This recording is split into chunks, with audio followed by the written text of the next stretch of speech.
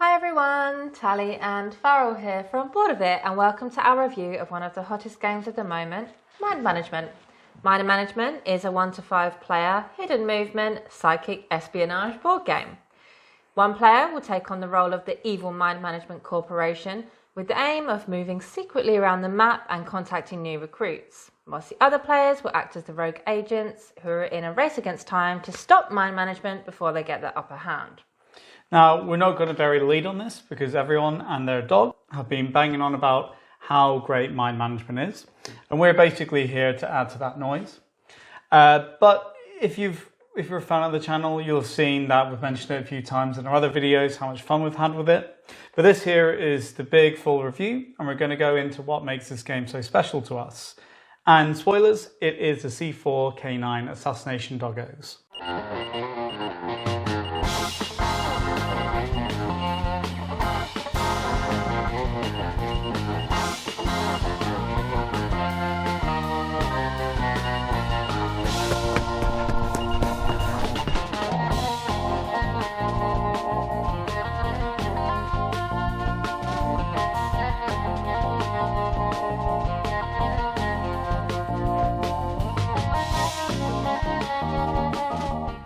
When you begin playing, one player will decide to be mind management and the other or others will decide to be the rogue agents, because you'll only ever have one player as mind management and all the rest of the players, be that 1 or 4, will be the rogue agents together. There's also an app which will allow you to play cooperative or solo, but we haven't tried it, so we can't attest to how well that works. The Mind Management player has a screen with a map of the board hidden behind it, and this is where they're going to mark their hidden movements. They will firstly pick a secret starting position and then draw 3 feature cards.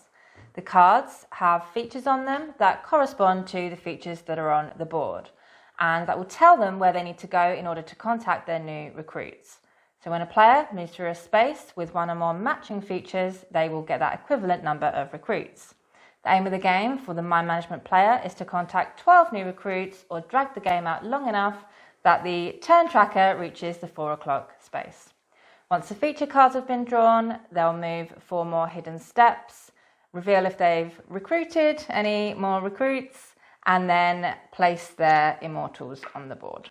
The rogue agents will, at this point, place their agents on the board or around the edge of the board, and then the game will begin proper with players alternating turns.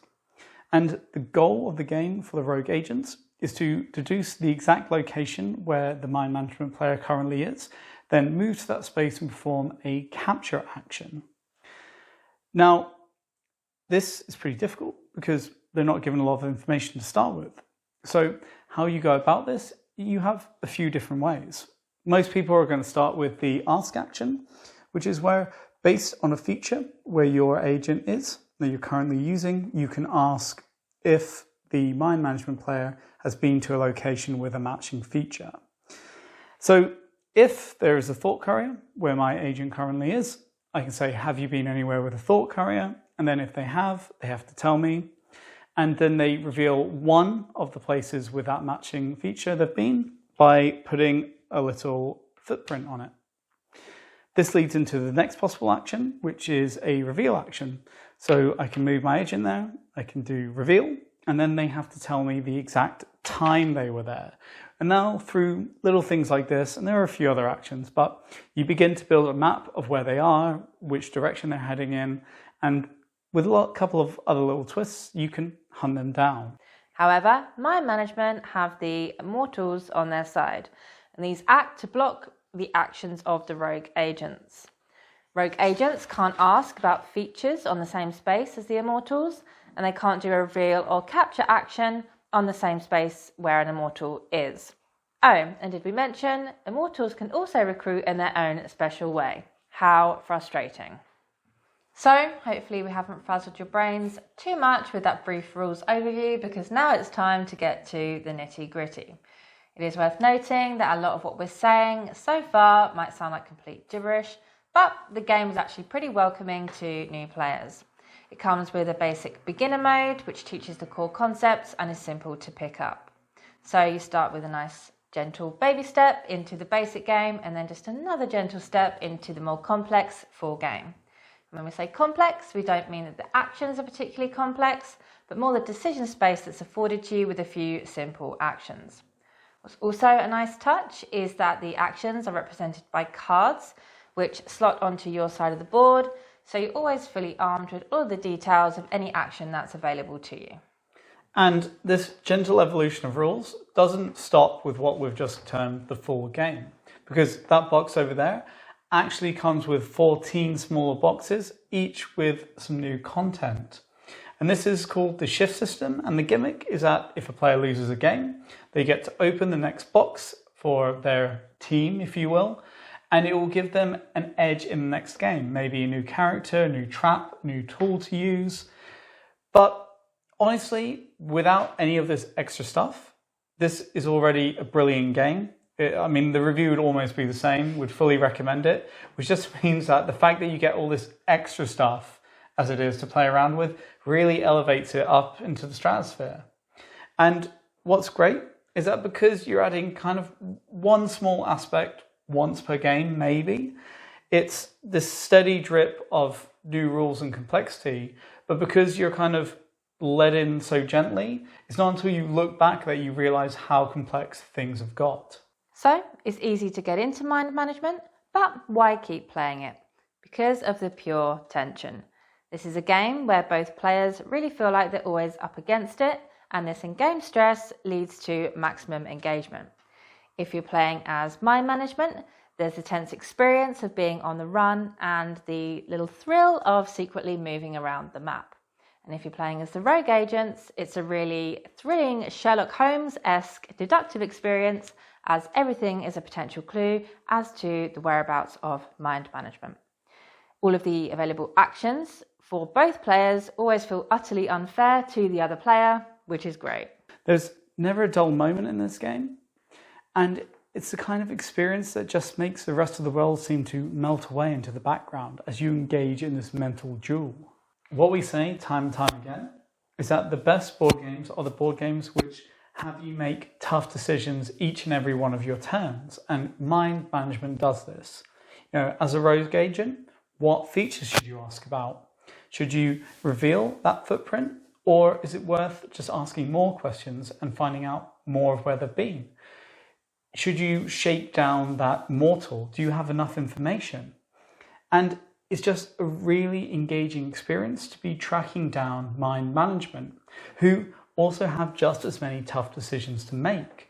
You know, should they play it slow and kind of be evasive and try and long the game out? Or should they rush towards their objectives, but at the risk of then showing their hand and making it obvious which ones they're after?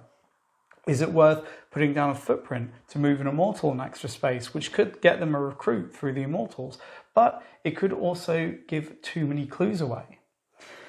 Essentially, these complex decisions cascade to make each game of mind management feel unique.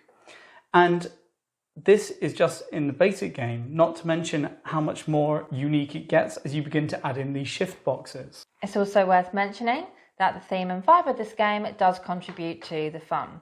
Mind management is full of fun little touches, which makes the game feel more immersive and makes it feel really unique, particularly in comparison with other hidden movement games. We find the theme to be unique and jazzy in a classically beige world of board games. It's the sort of experience that makes you interested in the source material and makes you want to go and seek out the graphic novel that the game is based on. We will say that we're not sure quite how balanced the two sides are. At this point, we've played about 10 games and we're pretty sure mind management have won the vast majority.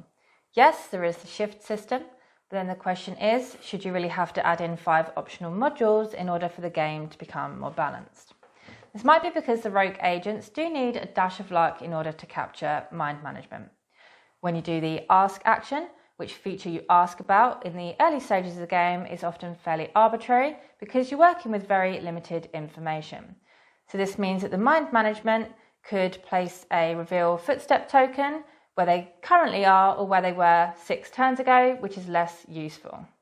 And I think another aspect of this whole situation is just that mind management is simpler to play as.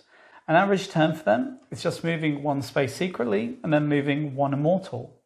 And that's kind of it. And obviously there's a lot more to it than that in terms of the thought process, but that is the extent of what they're doing. Whereas a rogue agent, on their turn, they'll activate up to 2 different agents, which can move up to 2 spaces each. And then these can have passive powers to consider, or maybe a power you need to activate. Then you have multiple options in terms of actions compared to the mind management player. And even such a simple action as ask spirals out, because which of all of these features are you going to ask about?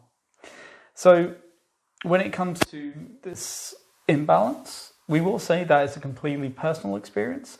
Like, if you told us you'd played a bunch of games and said you'd found them all to be equal, definitely wouldn't disbelieve you, but it just hasn't been our personal experience. Another problem that you'll likely come across as you start to unlock these shift boxes is just remembering all the damn rules and actions available to you and your opponent.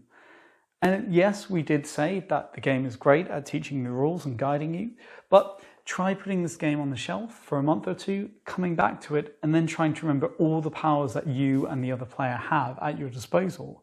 It's tough. I've personally experienced this in games where I forgot about a power that Tally had. I forgot it was in play. And that meant that all of the information that I was basing my game on was erroneous. And I didn't realise till at the end of the game. I was never anywhere near to catching her. And the issue is that it's kind of a tough balance, because on one hand, yeah, you don't want players to be telling each other their powers every round, being like, hey, I can do this, don't forget, because then it always keeps their attention on it, which means you can never use it as effectively as in a normal game.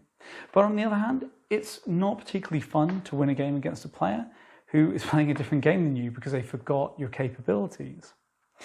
And I think the bottom line here is just that in the more complex games of mind management, there's often just so much going on, or you can get really focused on specific areas, that it's all too easy to forget one of the many options available to you and then have it come back and bite you in the arse. When it comes to player count, we strongly recommend mind management at 2 players. This is because any players past 2 will bundle onto the side of the rogue agents. So firstly, this is going to dilute the experience because the number of rogue agents on the board and the number of actions they have every round doesn't change. So in a full 5-player game with 4 people on the rogue agents team, every person in that team is going to get only a quarter of the turns they would get otherwise in a 2-player game. Secondly, this game requires intense concentration and cooperation in order to even have a chance of capturing mind management. So when you have more players who might have different opinions of what to do throughout the game, and then maybe they just do whatever they think is best on their turn, the rogue agents are almost certain to lose this way. Lastly, this game is primed for quarterbacking, particularly if you have one experienced player with a bunch of noobs. Now, we aren't saying that this game isn't still terrifically fun at 4 and 5 players, rather that it is just a really excellent 2-player game. A lot of the complaints we just made could also be levelled at Pandemic, and that is wildly popular. So don't not get it just because we personally didn't enjoy it as much at 4 or 5 players. So, final thoughts. This game really is something special. Yes, we had some issues and maybe feel like the 2 sides aren't quite balanced, but honestly, that doesn't really matter. The thrill of this game isn't in the winning, but in the rollercoaster ride of emotions you get whilst you're playing. And if you do feel like us and want to balance out the game, you can use the shift options to your heart's desire. And for us, this is a terrific 2-player head-to-head game. It's not to say that we wouldn't recommend it if you want to play with more players. I think it's just going to be group dependent, and you probably need to have solved the issue of quarterbacking or have a good group where it doesn't happen. The bottom line though is this is a really unique experience, both within kind of other games of this genre, the way it plays, and all of this is definitely down to the Jazzy Theme. It's also just plain fun. So it's definitely a full recommendation from us, but it might be a little hard to come by at the moment. So we'd recommend that you sign up to the late pledge emailing list on the Kickstarter they just ran the other week. So that was our review of Mind Management, and I hope it was helpful, and I hope at some point you get to play this game. And thank you for watching. And if you have any questions about anything, feel free to ask us. And if it was helpful, we'd appreciate it if you could subscribe.